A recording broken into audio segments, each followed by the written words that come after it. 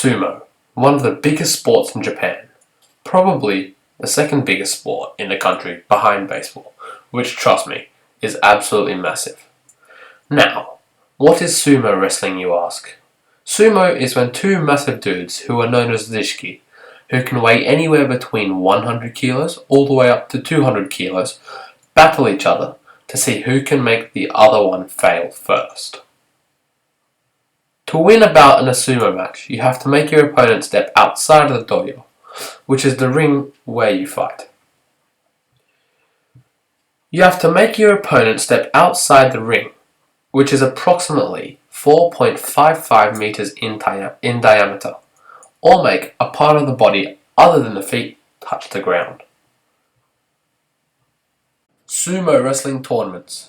From the year 1958, there have been 6 major sumo tournaments per year in Japan. 3 of these tournaments held in the Sumo Hall in Ryogoku Kokugikan, Tokyo. This is the Sumo Hall you can see on screen now. These tournaments are held in January, May and September. There is one tournament in Osaka in March, one held in Nagoya in July, and Fukuoka in November. That means there is no more than a 2-month gap between each tournament. That's good for die-hard sumo fans. These tournaments go for 15 days each. To see who wins a tournament, it is whichever wrestler has won the most games in the 15 days the tournament's been going for.